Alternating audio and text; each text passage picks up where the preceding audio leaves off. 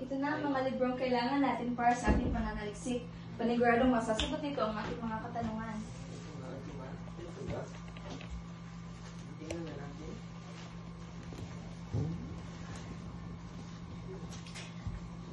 Ano ba lagay ng kwento sa panahon ng mga Huwes? Ayon rito, ang sanay na ito ng panitikan ay naging maunlad at may tuturing na lubusang namulaklak sa panahon ng mga Hapones. Hindi na gaanong binigyang pansin ng mga patnugot ang panlasa ng mga karniyong mamamayan. Noong ika-1943 ay sinaaklat ang 25 pinakamahuhusay na kathang Pilipino na ika-1943. Ang mga nagsisulat ng maikling kwento ang paksa ay buhay lalawigan ay sina Macaria Pineda, Serafin Ginugundo, Brigido Batumbakal at iba pa. Noong ika-1944 naman ay may ginanap na pamimili ng pinakamahuhusay na akda ng ika-1945. Ang lupon ay binubuo ni Jose Esperanza Cruz, Francisco B. Icasiano, Agustin Cabian, Clodoaldo Del Mundo, Antonio Rosales, Arsenio Afan, Buenaventura Medina Jr. at Teodorico Santos. Ipinasunin naman ang 25 napili kina Lope K. Santos, Inigo Ed Regalado at Julian Cruz Balmaceda. Ang mga sumusunod ang nagamit ng gantimpala. Sa unang gantimpala ay lupang tinubuan ni Narciso Reyes. Sa ikalawang gantimpala naman ay uhaw ang tigang ng lupa ni Liwayway Arceo. At ikatlong gantimpala ay lungsod Nayon at dagat-dagatan ni NBM Gonzales. Ang ganda naman ang mga kwento nila. Babasahin ko yan mamaya. Ano naman sa dula?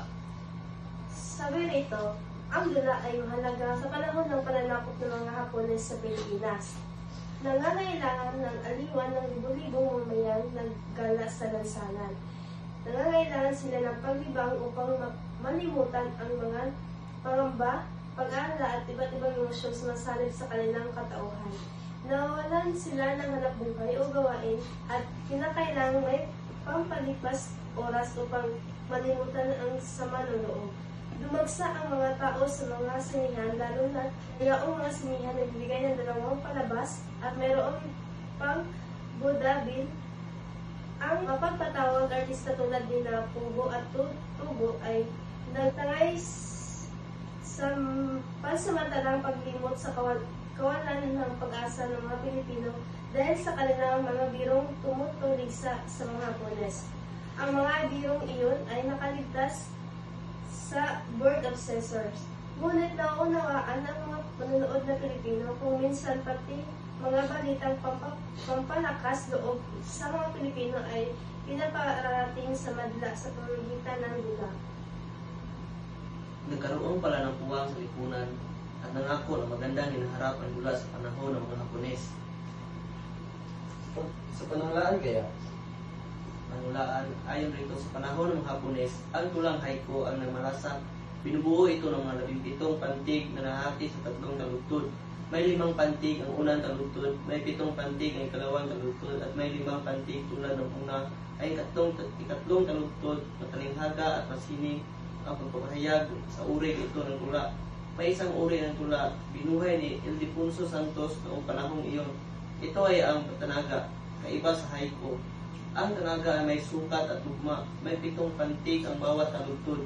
Ang haiku at tanaga ay kapwa, maikli at may talinghaga. Namayani sa panahong iyon, ang mga tulang may malayang kaluluturan. Halimbawa ng haiku, pag-ibig, kalikasan. Halimbawa ng tanaga, tanaga ni Ildefonso Santos, Liwayway, Oktubre 10, 1943, Patpalay. Kung naging maunlad ang maikling kwento, gano'n din ba ang nobela? Nobela? Ayon sa nobela, hindi na maunlad ang nobela ng panahon ito. Nobela na ay mga papel na magagamit.